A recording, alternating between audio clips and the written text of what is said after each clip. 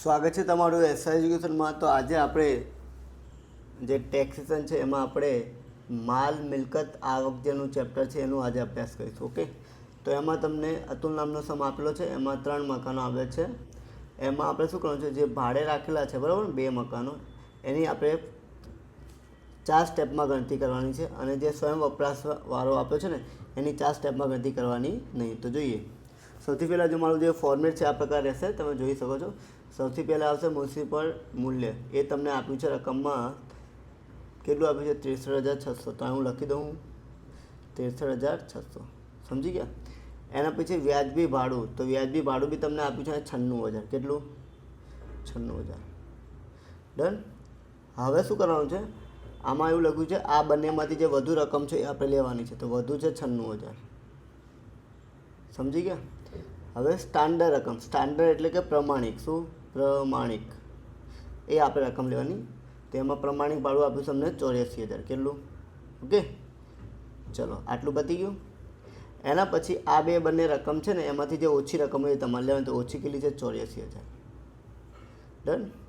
એના પછી બીજા સ્ટેપ પર લખવાનું છે વાર્ષિક ભાડું, મળવાપાત્ર વાર્ષિક ભાડું, તો અહીંયા તમને મળવાપાત્ર ભાડું તમને આપ્યું છે કેટલું 1,14,000, 1,14,000। એના પછી શું છે, એમાં વસૂલ ન થયેલું ભાડું, તો વસૂલ એવું જો 8મા સ્ટેપમાં લખ્યું છે વસૂલ ન થયેલું ભાડું તમને આપ્યું છે કેટલું છે ભાઈ 9,500। હવે આને માઇનસ કરીએ આપણે તો આવશે રકમ કે 1,14,000 માઇનસ 9,500 એટલે આવશે તમારો જવાબ 1,45,000, ડન આટલું। એના પછી રકમમાં એવું લખ્યું છે સ્ટેપ 1ની કિંમત અને સ્ટેપ 2ની કિંમત, તો સ્ટેપ 1ની કિંમત તમને આવી આપણે 84,000, કેટલું આ 84,000 મૂકો, આ દાખલો ઓકે। સ્ટેપ 1માં કેટલા મૂકવાના 84,000, અને સ્ટેપ 2ની રકમ આપણે આપી 1,04,500, સમજી ગયા। એમાં જે વધુ રકમ એ તમારે લે, તો વધુ કઈ છે 1,04,500, ડન આટલું। એના પછી શું કરવાનું છે, અહીંયા સ્ટેપ 3ની રકમ મૂકવાની છે, એ જે આપેલી છે આપણે કે 1,04,500, એમાં ખાલી સમયનું ભાડું, તો જો 3 માસ આપણે ખાલી રહે છે મકાન, લખ્યું છે ને 3 માસ, એમાં આપણે પહેલાં શોધી નાખીએ। વાર્ષિક ભાડું છે તમારું કેટલું 1,14,000, કેટલું છે 1,14,000, તો 1,14,000 ગુણ્યા 3 ભાગ્યા 12 કરીને હે ને, એટલે તમને 3 મહિનાનું મળી જાય, હે ને, સમજી ગયા તમે। શું કહો તમારે કે અહીંયા લખી દો, ચલો કે 1,14,000 ગુણ્યા 3 ભાગ્યા 12 કરો ને તો આવશે આન્સર 28,500, ડન। એટલે જે આન્સર તમને મળશે ને માઇનસ કરી 1,14,000માંથી આપણે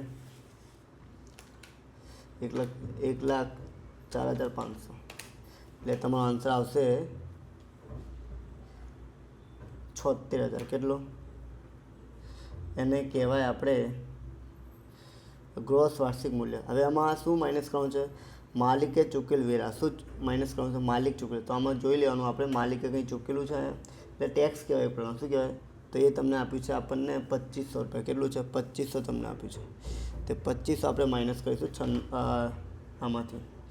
તમે 2,500 માઇનસ કરશો ને એટલે તમારો આન્સર આવી જશે 73,500, સમજી ગયા। અને આના ઉપર તમારે એના પછી કપાતો માઇનસ કરવાની છે તમારે, સ્ટાન્ડર્ડ કપાત, લોનનું વ્યાજ અને મૂડીકૃત વ્યાજ। સ્ટાન્ડર્ડમાં કેવું હોય એ તમારે જે આન્સર એને 30% કરવાના છે, લોનના વ્યાજ તો અંદર જો આપેલું જ હશે તમને, અને જો મૂડીકૃત હોય એને તમારે શું કરવાનું છે 1/5, ઓકે। તો જે સ્ટાન્ડર્ડ આપણે કઈ રીતે ફાઇન્ડ કરીશું, આ જે 73 આપે છે ને 73,500ના 30% કરવાનું, કેટલા 73,500, તો કરી દઉં 73,500ના 30% આપણે કરવાના, તો આન્સર આવશે 22,050, 22,050, સમજી ગયા। પછી લોનનું વ્યાજ જોઈએ, અંદર આપ્યું છે કે લોનનું વ્યાજ, તો લોનનું વ્યાજ અહીં તમને આપેલું જ છે, કેટલું છે 24,850, સમજી ગયા। એના પછી મૂડીકૃત તો કંઈ તમને કંઈ દેખાતું નથી, એને ડેશ મારી દઈએ આપણે, બરાબર। હવે આ જે આન્સર આવે ને 22,050 અને 24,850 એ આપણે માઇનસ કરી દઈએ 73,500માંથી, સમજી ગયા। 22,050 માઇનસ 28,850 એટલે તમારો આન્સર આવશે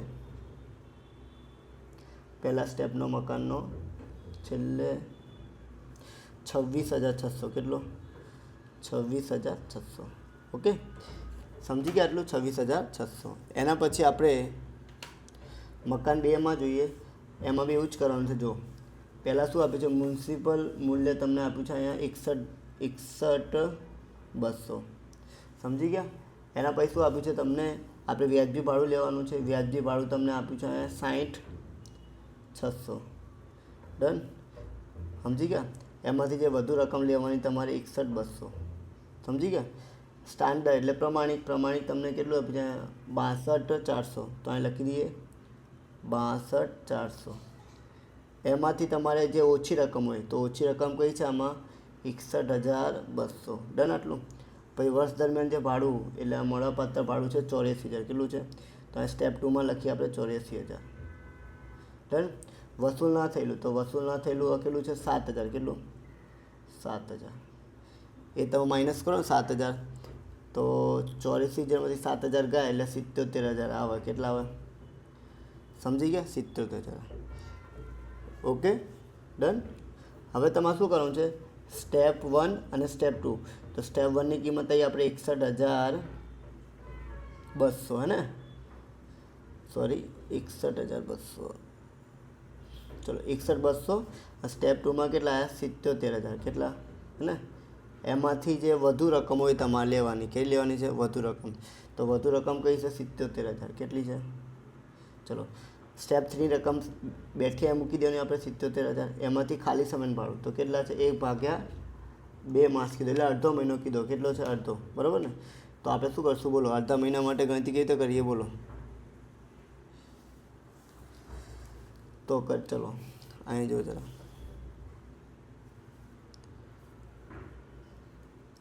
પહેલાં આપણે વાર્ષિક ભાડું કેટલું મળે છે અહીં જોઈ લઈએ આપણે 84,000 કેટલું છે 84,000 અને આપણે અડધા મહિનાનું આપણે ગણવાનું છે કેટલાનું અડધાનું તો આપણે પહેલાં 1 મહિનાનું સુધી કાઢીએ બરાબર તો આ 84,000 છે ને એના ભાગે 12 કરીએ એટલે કેટલા આવશે તમારા 7,000 કેટલા સમજી ગયા આજે 84,000 આવ્યા એટલે હું લખું છું 84,000 ભાગ્યા તમે 7 કરો ને અને સોરી 12 કરો ને એટલે 7,000 આવે હવે આના અડધા 1/2 એટલે ગુણ્યા 1/2 કરીને તો 3500 આવે કેટલા આવે એ તમારે 3500 શું કરી દેવાના માઇનસ કરવાના છે તો 3500 માઇનસ કરી દઈએ એટલે તમારો આન્સર આવશે 73,500 સમજી ગયા ચાલો 73,500 આવી ગયું એ તમારો શું મળી ગયો આપણે ગ્રોસ વાર્ષિક મૂલ્ય એના પછી છે માલિક દ્વારા જે વેરો ટેક્સ ચૂક્યો તો માલિક દ્વારા કેટલો ચૂક્યો એને જોઈ લઈએ આપણે માલિક દ્વારા જે વેરો ચૂક્યો છે એ તમારે 2500 છે કેટલી છે તો 2500 માઇનસ કરીએ તો 500 ગયા અને કેટલા આવી જશે ભાઈ છેલ્લે આપણે 71,000 તો ડન આટલું એના પછી તમે આના 30% કરવાના તો 71,000 30% કરીએ આપણે તો કેટલા આવશે 21,300 કેટલા 21,300 એના પછી લોનનું વ્યાજ તમારે જોઈ લેવાનું લોનનું વ્યાજ કેટલું છે 12,000 કેટલું છે 12,000 ચલો મૂડીનું કંઈ છે અંદર તો મૂડીમાં તો કંઈ આપ્યું છે નહીં બરાબર ને તો એને બી ડેશ મારી દઈએ ને તો તમે 71,000માંથી તમે 21,300 અને 12,000 માઇનસ કરશો હે ને તો તમારો આન્સર જે આવશે એ તમારો કેટલો આવશે 37,700 ઓકે તો માઇનસ કરી દઈએ આપણે 71,000 માઇનસ કેટલા કરવાના 21,300 માઇનસ કેટલા કરવાના આપણે 12,000 બરાબર ને એટલે 37,000 કેટલા આવી ગયા 700 એના પછી તમારે જે આ જે સ્વયં વપરાશવાળું જે મકાન છે એમાં ખાલી તમારે છેલ્લા જે કપાતો છે એ જ માઇનસ કરવાની છે બરાબર ને તો સૌથી પહેલાં જે સ્ટાન્ડર્ડમાં આપણે જે આન્સર લઈએ એ તો છે જ નહીં આપણે એ તો 0 છે સમજી ગયા એના પછી એટલે અહીંયા આપણે ડેશ કરી દઈએ શું કરી દઈએ લોનનું વ્યાજ તો લોનનું વ્યાજ તમને કંઈ અંદર આપ્યું છે તો હા આપ્યું છે કેટલું છે અહીંયા તો 48,250 હવે મૂડી કૂદ કંઈ આપ્યું છે ના તો તમારો આન્સર શું આવશે માઇનસમાં આવશે 48,250 ઓકે આઈ હોપ તમને ખબર પડી હશે okay thank you for watching